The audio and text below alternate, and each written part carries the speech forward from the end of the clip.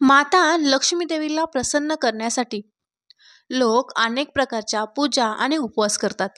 सकाळ संध्याकाळ दिवा लावण्यापासून अन्नदानही करतात, जेणेकरून देवीचा आशीर्वाद तुमच्यावर राहील आणि त्यांना आयुष्यात कोणत्याही प्रकारच्या समस्या येऊ नये. आपण सर्वजण ही देवीची आराधना आणि पूजा केल्याने ती आपल्यावर प्रसन्न होते. तुम्ही पूजा करत असता, देवी तुमच्या घरात वास करते. मग ते प्रत्यक्ष किंवा अप्रत्यक्ष जेव्हा तुम्ही घरात राहता तेव्हा तुम्हाला नक्कीच जाणवते. काही वेळा तुम्ही तिला पाहण्यास सक्षम देखील असाल. अनेक वेळा असे घडते की देवी तुमच्या घरात वास करते, पण तुमच्याच काही चुकांमुळे, तुमच्या काही वाईट कर्मांमुळे ती परत जाते. कारण त्यावेळी अनेकदा लोक चूक करतात, लक्ष्मीचा आदर करत नाहीत. की असे अनेक लोक आहेत, त्यांच्या घरी लक्ष्मी देवी राहते. त्यांच्या घरी कशाचीच कमी नसते. धन दौलत जमीन जुमला, पण त्यांना त्यांची जाणीव होत नसते आणि ते स्वतः तिचा अपमान करून तिला परत पाठवतात. असो मित्रांनो, गुरुवारच्या दिवशी कोणते उपाय केल्याने माता लक्ष्मी प्रसन्न होते आणि अखंड आपल्या घरी वास करते? गुरुवार हा दिवस भगवान विष्णू आणि माता लक्ष्मीचा अत्यंत प्रिय दिवस आहे. लक्ष्मीची पूजा केल्यास सुख समृद्धी प्राप्त होते आणि सर्व प्रकारचे अडथळे हळूहळू दूर होतात. ज्योतिषशास्त्रामध्ये लक्ष्मी देवीला सहज प्रसन्न करण्यासाठी काही उपाय सांगण्यात आले आहेत. हे उपाय केल्याने लक्ष्मी माता घरी नांदते आणि यासाठी तुम्हाला काही सोपे उपाय करावे लागतील. गुरुवारच्या दिवशी मनोभावे भगवान विष्णू आणि माता लक्ष्मीची पूजा करावी. त्यासाठी बुधवारीच पूर्ण घर स्वच्छ करून हळद, खडे, मीठ, थोडेसे गोमूत्र टाकून फरशी पुसून घ्यावी. गुरुवारच्या दिवशी मात्र फरशी पुसू नये, फक्त झाडू मारावा.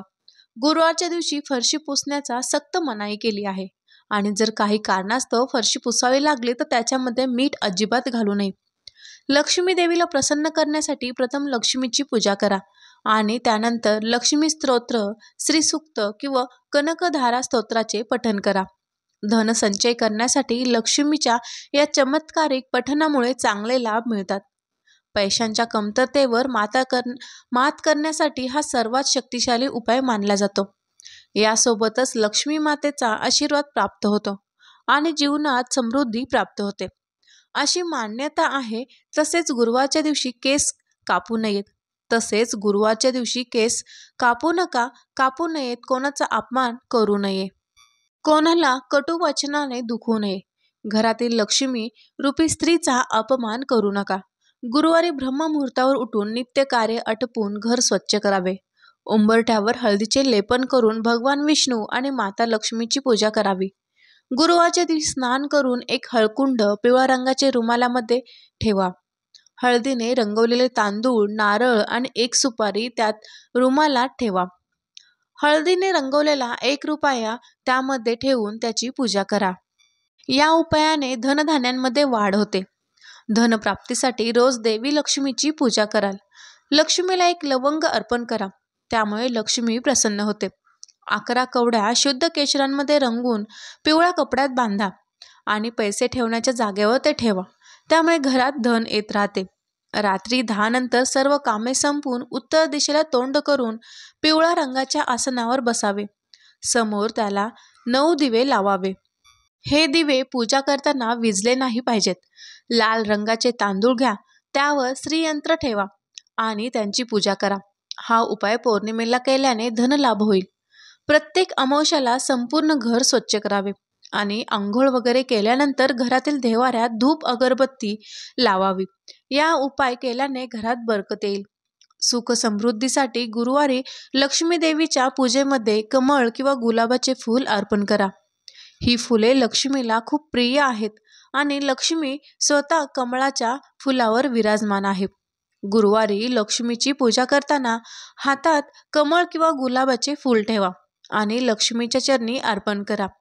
असे केल्याने घरात सुख समृद्धी नांदेल आणि प्रगतीचा मार्ग लवकरच सुखकर होतो, अशी मान्यता आहे. लक्ष्मीची पूजा करताना हे लक्षात ठेवा की प्रथम तुम्ही 4 कापूर आणि 2 लवंगा घ्या. यानंतर 4ही कापूर जाळून त्यावर लवंग टाकून माता लक्ष्मीची आरती करावी. असे केल्याने लक्ष्मी कृपा प्राप्त होते आणि घरातील नकारात्मक शक्ती नष्ट होतात. लक्ष्मी देवीला प्रसन्न करण्याचा हा सर्वात सोपा उपाय आहे असे सांगितले जाते. लक्ष्मी देवीचा आशीर्वाद मिळवण्यासाठी लक्ष्मीची पूजा करताना सौभाग्याच्या वस्तू सोबत ठेवाव्यात आणि मग ते विवाहित महिलांना द्यावे. असे केल्याने सौभाग्य आणि आरोग्य लाभते असे मानले जाते. तसेच घरात कधीही आर्थिक आणि अन्नाची कमतरता भासत नाही. जर तुम्हाला तुमचे घर पैसे आणि धनधान्याने परिपूर्ण असावे असे वाटत असेल तर चांदी किंवा सोन्यापासून बनलेले श्रीयंत्र स्थापित करा. घराच्या ईशान्य कोपऱ्यात बसवा आणि दररोज त्याची पूजा करा. हा उपाय केल्याने पैशांचा मार्ग मोकळा होईल. लाख प्रयत्न करूनही जर तुम्ही पैसे गोळा करू शकत नसाल तर माता लक्ष्मीचा आशीर्वाद मिळवण्यासाठी तुम्ही गुंजाचे बीज एका लाल कपड्यात बांधून तुमच्या तिजोरीत ठेवा. बुधवारी कोणालाही कर्ज देऊ नये. या दिवशी दिलेले कर्ज लवकर येत नाही. खर्च देण्याप्रमाणे घेण्यासाठी देखील दिवसाची काळजी घ्या आणि मंगळवारी कर्ज घेऊ नका. परंतु या दिवशी लोकांकडून घेतलेले पैसे परत केले पाहिजेत. दर अमावस्येच्या रात्री घराच्या ईशान्येला गाईच्या तुपात दिवा लावावा. तसेच कापसाच्या वातीऐवजी लाल सुती धागा वापरावा. तसेच तुपात थोडे कुंकू टाकावे.